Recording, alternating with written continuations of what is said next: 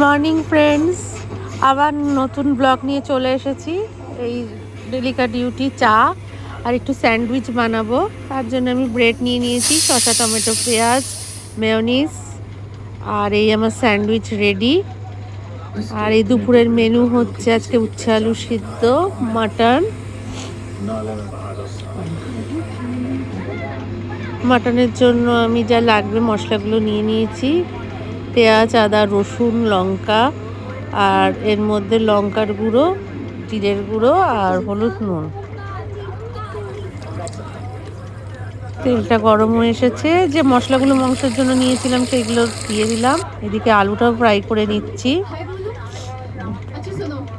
এবার মশলাটা আমি দিয়ে দেব তেলে। মশলাটা ভালো করে কষানো হয়ে গেলে মাটনটা দিয়ে দিলাম। মাটনটা দিয়ে এবার ভালো করে কষাবো কিছুক্ষণ, আস্তে আস্তে তেলটা ছেড়ে আসবে।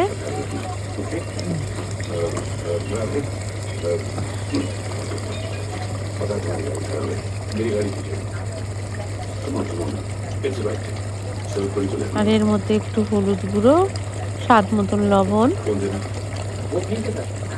দিয়ে দিলাম। Mutton ready. এখন এর সঙ্গে করব খয়রা মাছ। তার জন্য বেগুন নিয়ে নিয়েছি, খয়রা মাছটাকে একটু ভেজে নিলাম। আমার শাশুড়ি যেহেতু মাটন খায় না, তার জন্য খয়রা মাছ রান্না করছি। এদিকে বেগুনটাও ভাজছি, বেশি ভাজবো না, হালকা একটু ভেজে নেব। আমার খয়রা মাছের ঝোলও রেডি হয়ে গেছে, কালো জিরে ফোড়ন দিয়ে করেছি। ভাতও প্রায় হয়ে এসেছে, ফুটছে। এই এখন একটু মার্কেটে এসেছি, অনেকদিন পরে একটু মার্কেটে বেরোলাম। হাজব্যান্ড নিয়ে এলো। এদিকে মেয়ে পড়ছে, পরীক্ষা বলে বেরোতেও পারছি না, দরকার ছিল বলে এলাম।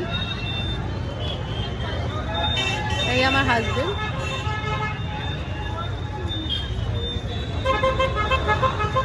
হয়ে গেছে, আমরা এখন আবার বাড়ি ফিরছি।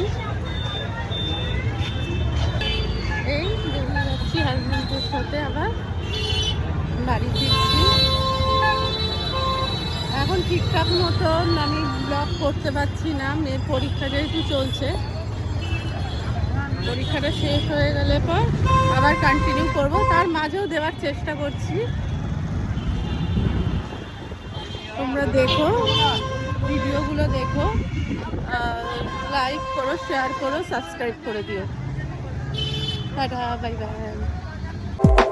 এবার আমরা গরম গরম চা